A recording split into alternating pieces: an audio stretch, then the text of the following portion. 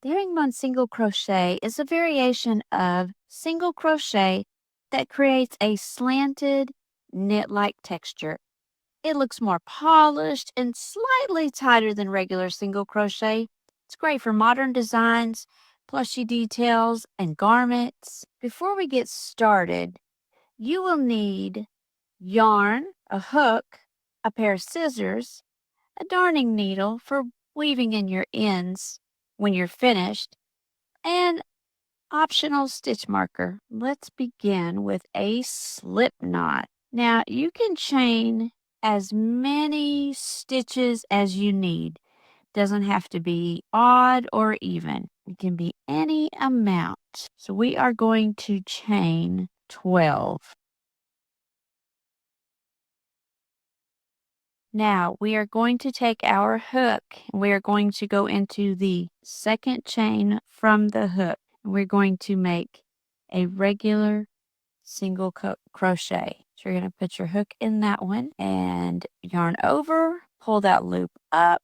So you have 2 loops on your hook, yarn over and pull it through. Just a normal single crochet. Now, if you see here, you'll see that you have 2 vertical bars. We are going to work into the second vertical bar from the hook. So we're going to put our hook in there, and then we are going to work into the next chain, yarn over, pull that loop up. Then you have 3 loops on your hook, and we are going to yarn over and pull through all 3. And there you have your first herringbone single crochet. So now you'll see you have 3 vertical bars. 1, 2, 3. So now we are going to work in the third one. So from here on to the end of the row, we are going to be working into the third vertical bar. We are going to go into the next chain, yarn over, pull that loop up. You have 3 loops on your hook, yarn over and pull through all 3. Then we are going to continue in that way. Hook into the third vertical bar, into the chain, yarn over, pull the loop up, 3 loops on the hook, yarn over, pull through all 3. So we are going to continue in that manner all the way to the end of the row. Now, when you get to the end of the row, don't forget to go into that last chain. You can put a stitch marker there if you prefer, totally optional. But you're going to go into that third vertical bar, into the last chain, work it the same way, yarn over and pull through all 3 loops on your hook. And that is your last herringbone single crochet of the first row. So then you are going to chain 1, turn your work. Now this is the wrong side of your work. This is the right side of your work. So we are always going to be working into the right side. So when you have it this way and the wrong side faces you, we are going to work the hook backwards essentially. So we have to start with that first single crochet. So we are going to take our hook and we are going to go under this stitch to the back. Make sure you go under the stitch here. And we are going to yarn over and we are going to pull that loop up. As you pull your hook through, twist your hook so that yarn stays on it. Then yarn over, pull through and make that first single crochet. Now, if you'll remember, we have 2. The very first single crochet of every row has 2 vertical bars. So you work into the second one. Each one thereafter will have 3 and you work into the third one. So if you always remember it's the last vertical bar, you'll be fine. So now we are going to put our hook into that second vertical bar and we are going to go under that stitch to the back, yarn over, pull that through, twisting your hook so the yarn doesn't come off. Yarn over and pull it through all 3. You'll begin to see the slant here. And you're going to turn your work again. Now you're going to see the 3 vertical bars.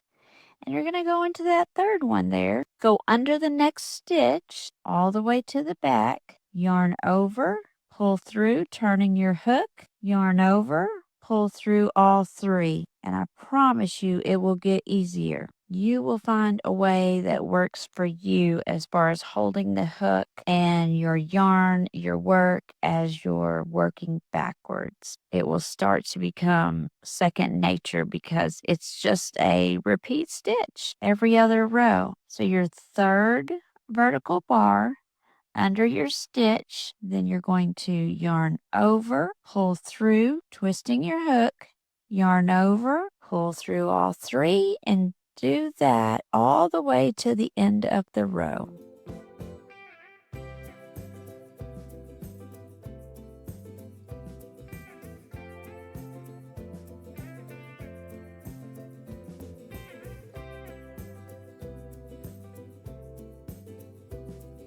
Do not forget to go into that very last herringbone single crochet. So we are going to go under that last third vertical bar. I will admit it is hard to see. So if you don't use a stitch marker and you find that it looks a little crooked or your count is off, then you could probably go back and add a stitch marker there. Now we're going to chain 1 and turn our work, and look what you've done. That is great. A first herringbone single crochet row, 1 and 2. So now that we're back to 3, every odd row is going to be right facing. Every even row is going to be backward facing. So now we are just going to work it like regular single crochet. So we're going to go under that first stitch, yarn over, pull that loop up, yarn over, pull that loop through 2. You see the second vertical bar because it's the first stitch of the row. Go under it, then go under your stitch, grab your yarn, pull it up so you have 3 loops on your hook, yarn over and pull through all 3 of those loops. Now you have the 3 vertical bars.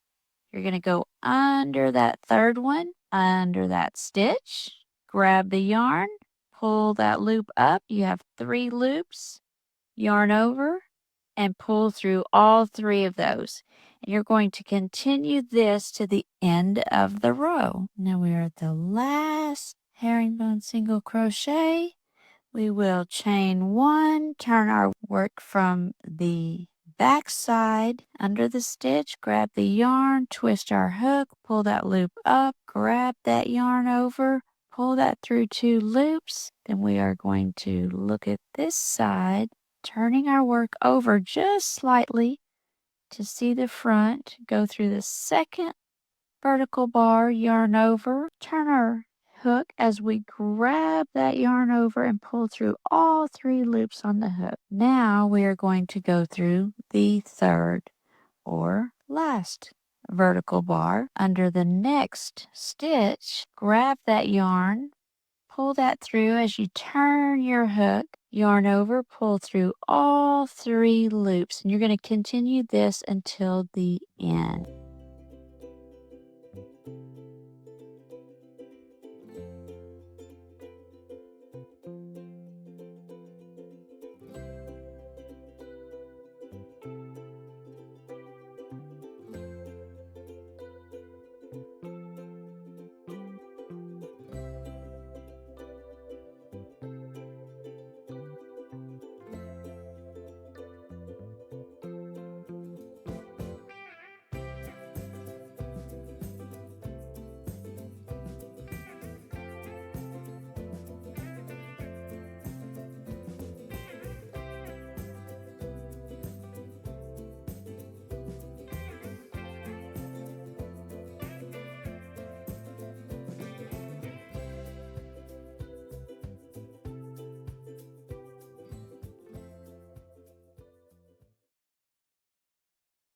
Things to pay attention to are that your tension is not too tight.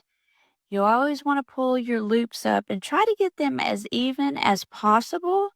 That just helps you as you're moving your hook through them. And then just make sure to get to that last stitch. And there you have your herringbone single crochet. If your stitches feel tight or stiff, you can use a larger hook than usual. This can keep your fabric from getting too dense. This is one of those stitches that instantly makes your work look more refined and intentional without being too complicated. Thanks for watching.